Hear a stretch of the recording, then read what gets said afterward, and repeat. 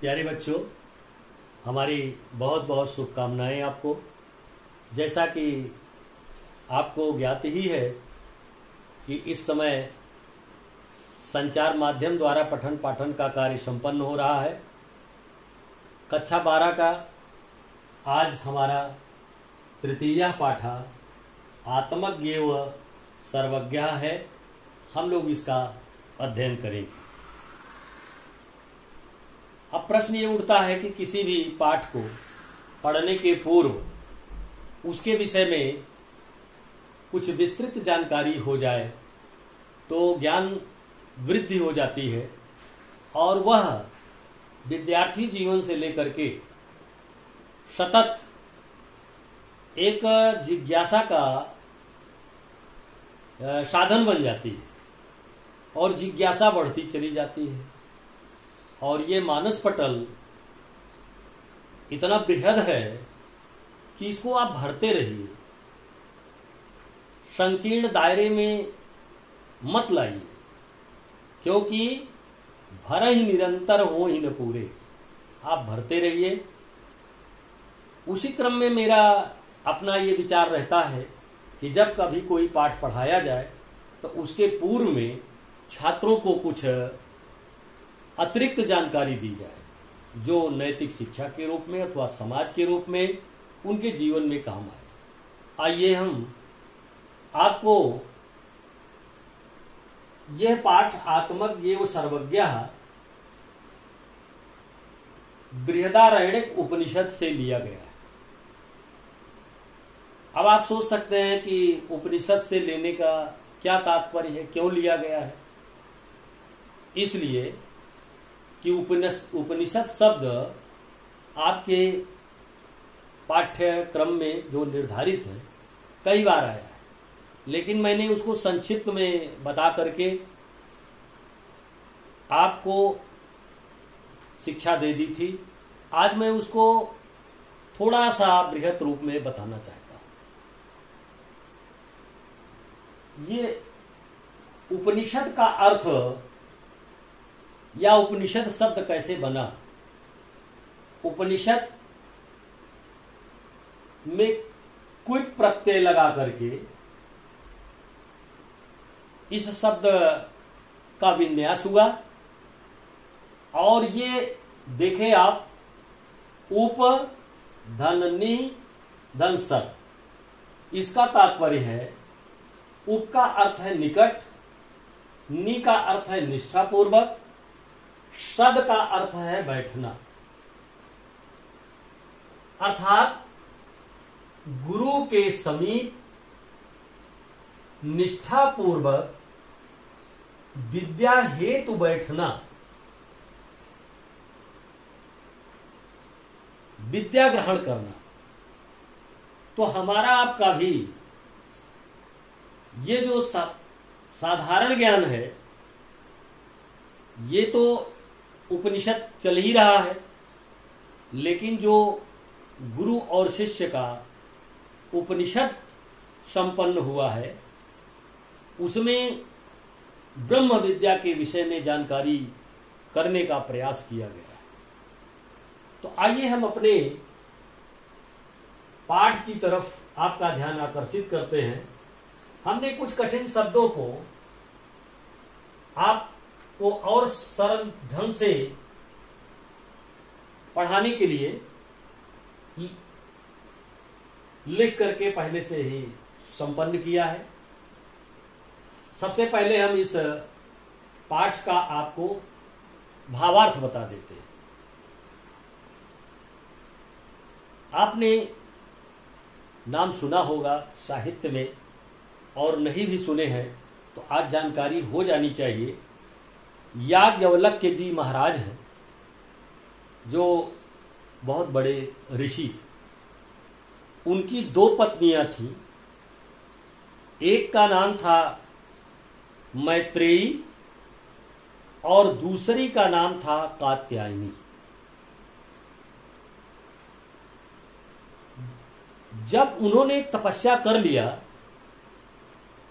और तपस्या के माध्यम से उनको आभास हो गया कि अब मैं ऊपर उठकर इस लोक से दूसरे लोक में जाना चाहता हूं, तो उन्होंने अपनी मैत्रेयी पत्नी को बुला करके समझाया कि मैं अब इस लोक को छोड़ करके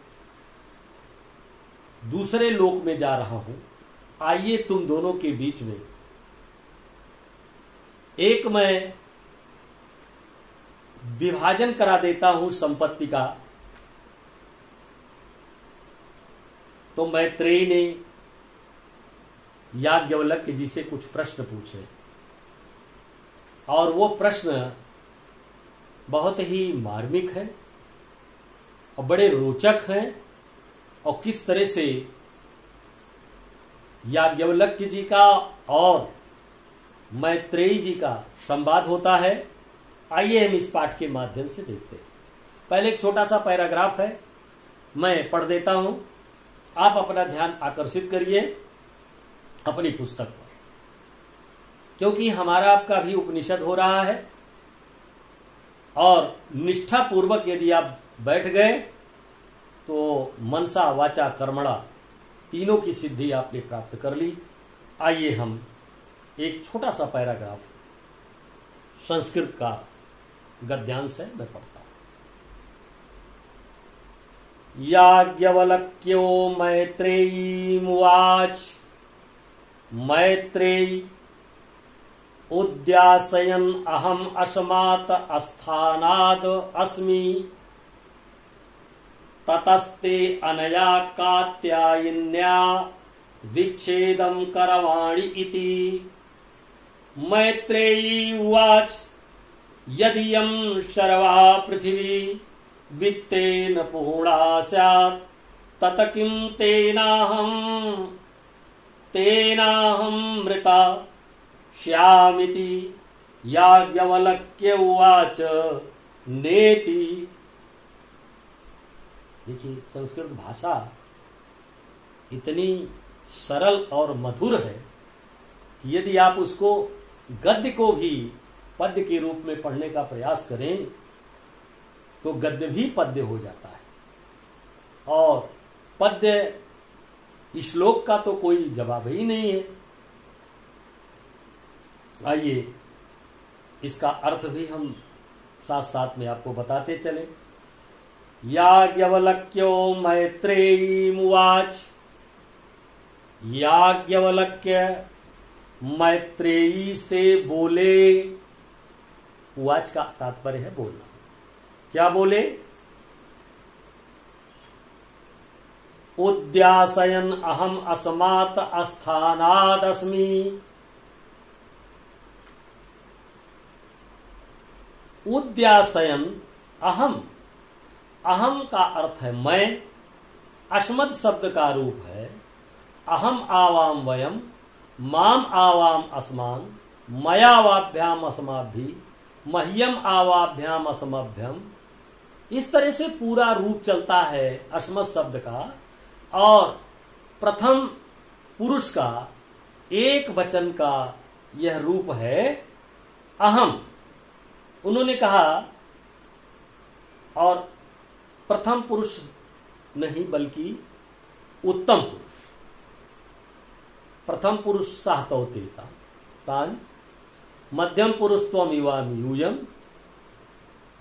उत्तम पुरुष अहम आवाम वयम। ये उत्तम पुरुष का रूप है। बताते हैं मैत्रेयी जी से याज्ञवल्क्य जी कि उद्यासयन् अहम् अस्मात् अस्थानाद् अस्मि। हे मैत्रेयी, अहम मैं, अस्मात् अस्थानाद् इस स्थान से, उद्यासयन् ऊपर उठकर जाने वाला हूं, यानी ऊपर जाने वाला हूं। ततस्ते अनया, ततः ते अनया, इसलिए तुम्हारे और दूसरी कात्यायनी विच्छेदम करवाण का मैं बंटवारा करना चाहता हूं, विच्छेद करना चाहता हूं। मैत्रेयी उवाच, मैत्रेयी बोली, यदि सर्वां पृथ्वी वित्तेन पूर्णा स्यात् तत् किं तेनाहम् अमृतास्यामिति। यदि यं सर्वा पृथ्वी वित्तेन पूर्णा, यदि पृथ्वी का संपूर्ण पृथ्वी के धन के द्वारा पूर्णा से मैं परिपूर्ण हो जाऊं, तत् किम तेनाहम, तो क्या मैं उसके द्वारा अमृताश्यामिति, अमर हो जाऊं या अमर हो जाऊंगी। याज्ञवल्क्य बोले, याज्ञवल्क्य उवाच, याज्ञवल्क्य बोले, नेति, नहीं। क्या उत्तर देते हैं? यथैवोपकरणवताम जीवनम तथैव ते जीवनम स्यात्। यथैवोपकरणवताम, जिस प्रकार से धन धान्य पूर्ण जीवन होता है, तथैव ते जीवनम स्यात्, उसी प्रकार से तुम्हारा भी जीवन होना चाहिए। अमृत तत्वस्य तु नाशास्ति वित्तेन इति। अमृत तत्व की वित्त के द्वारा आशा नहीं है। सा मैत्री उवाच, वह मैत्री बोली, एनाहम नामृतास्याम किमहम तेन कुर्याम। एनाहम, जिसके द्वारा, नामृताश्याम, ना अमृता श्याम, जिसके द्वारा मैं अमर न हो जाऊं, किमहम तेन कुर्याम,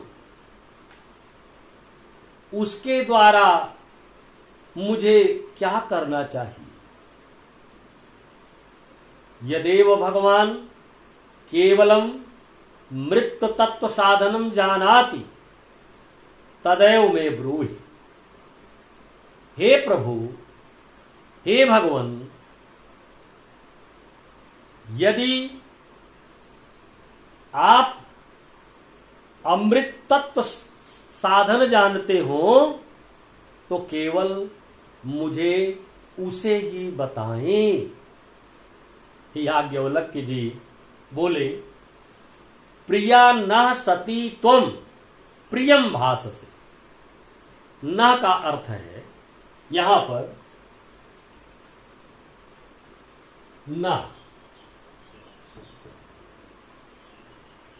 न का अर्थ है हमारी, अपने लिए कहते हैं मेरी, एक तरह से यहां पर मेरी।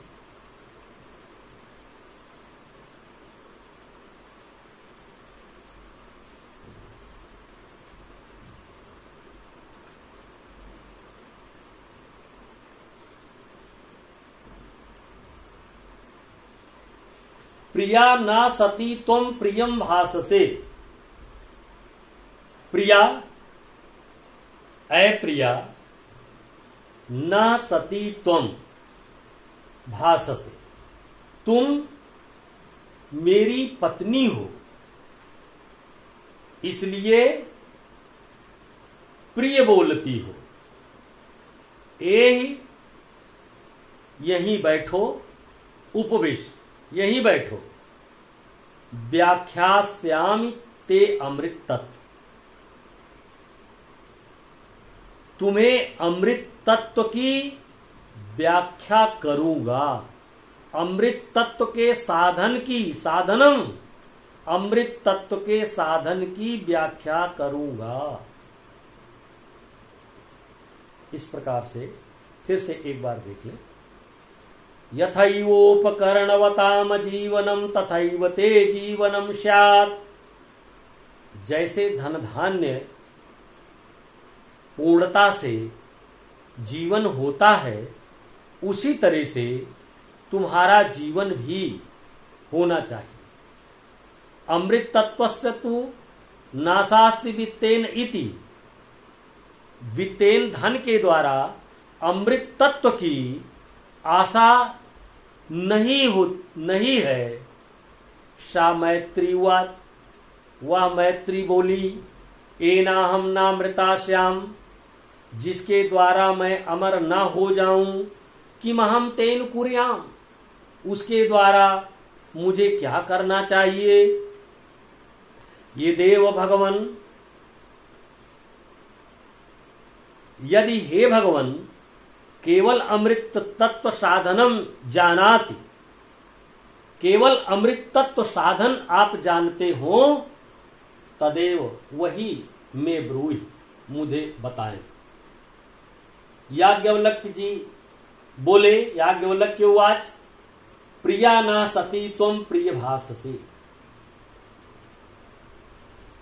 प्रिया, तुम मेरी प्रिया हो, इसलिए तुम प्रिय बोलती हो। यही उपविश, यही बैठो, ते अमृत तत्व साधनम व्याख्यास्यामि, तुम्हें अमृत साधन की व्याख्या करता हूं। ये पैराग्राफ दूसरा समाप्त हुआ। अहम शब्द को मैंने बताया कि अहम शब्द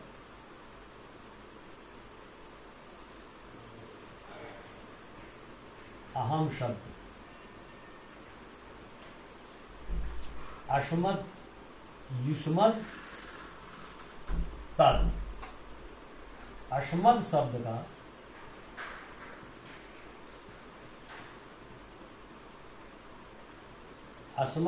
का उत्तम पुरुष एक वचन,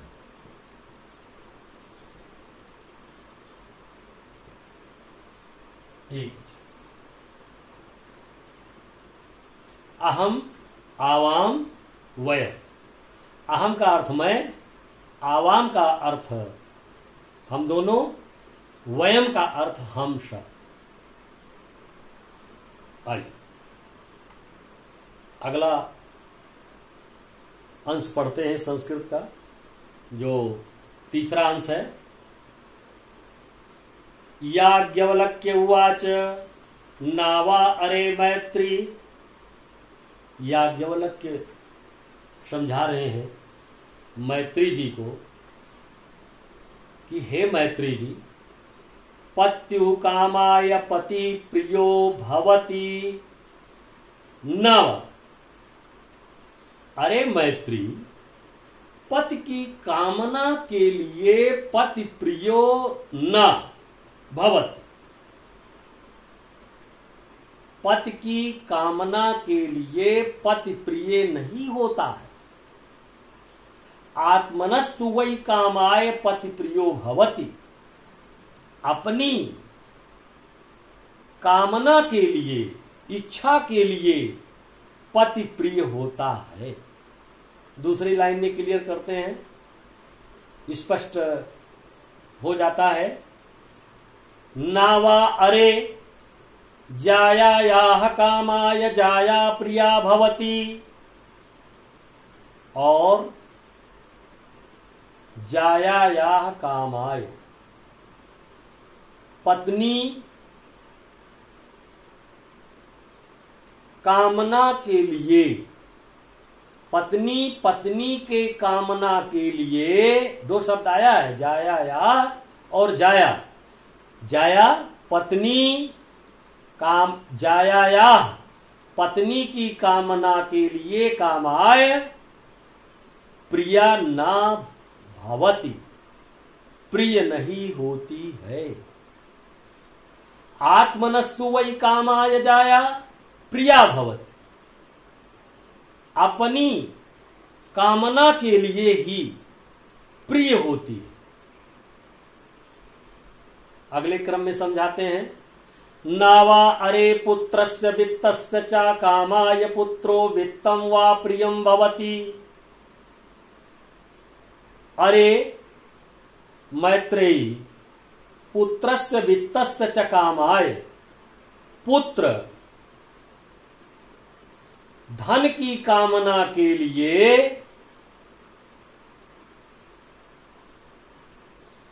प्रियम ना भवति। नावा अरे पुत्रस्य वित्तस्य च कामाय पुत्रो वित्तम वा प्रियम भवति। ना तो पुत्र धन की कामना के लिए पुत्रो वित्तम वा प्रियम भवति, पुत्र वित्त के लिए प्रिय नहीं होता है। फिर से देख ले, नावा अरे पुत्रस, अरे पुत्र धन के लिए और कामना के लिए वित्त के लिए प्रियम ना भवति, प्रिय नहीं होता है। आत्मनस्तु वही कामाय पुत्रो वित्तम वा प्रियम भवति। अपने कल्याण के लिए पुत्र वित्तम वा प्रियम भवति, अपनी कामना के लिए पुत्र को वित्त प्रिय होता है। नावा अरे सर्वस्य कामाय, ना कि सबकी कामना के लिए सर्वम प्रियम भवति, सब कुछ प्रिय होता है। आत्मनस्तु वै कामाय सर्वम प्रियम भवति। अपनी इच्छा के लिए सब कुछ प्रिय होता है। अंतिम पैराग्राफ, अंतिम अंश, तस्माद आत्मा वा अरे मैत्रेयी। तस्माद इसलिए हे मैत्रेयी, आत्मा के साथ कैसी साधना करनी चाहिए। संबोधन, द्रष्टव्य, आत्मा को देखना चाहिए। दर्शनार्थम, दर्शन करना चाहिए। आत्मा का अवलोकन करना चाहिए, दर्शन करना चाहिए, सुनना चाहिए। मंतव्य, मनन करना चाहिए। और क्या करना चाहिए? निदिध्यासितव्यश्च,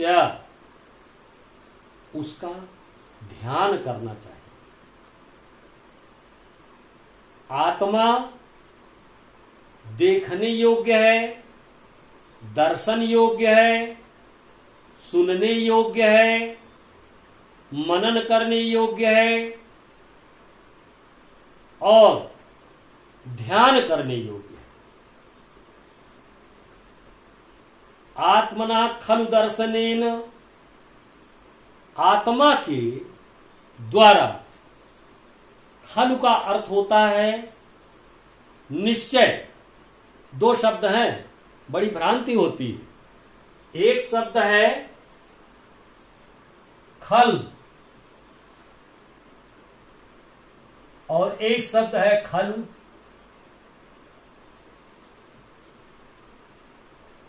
खलु का अर्थ होता है निश्चय और खल का अर्थ होता है दुष्ट।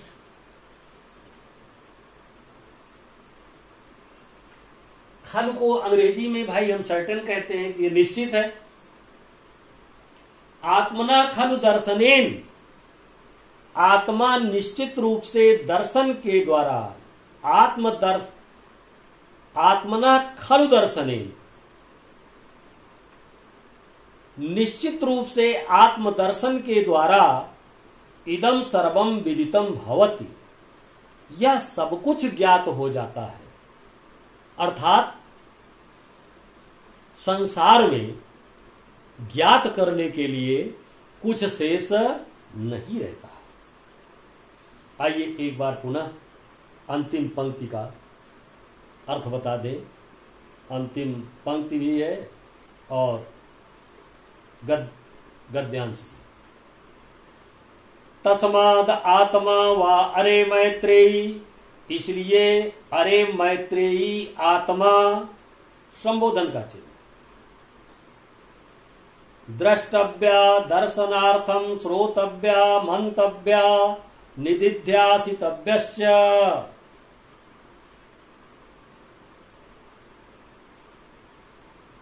देखने, दर्शन करने, सुनने, मनन करने और ध्यान करने योग्य है।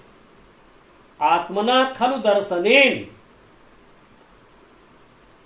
आत्मदर्शन के द्वारा निश्चित रूप से इदम सर्वम विदितम भवति, यह सब कुछ ज्ञात होता है।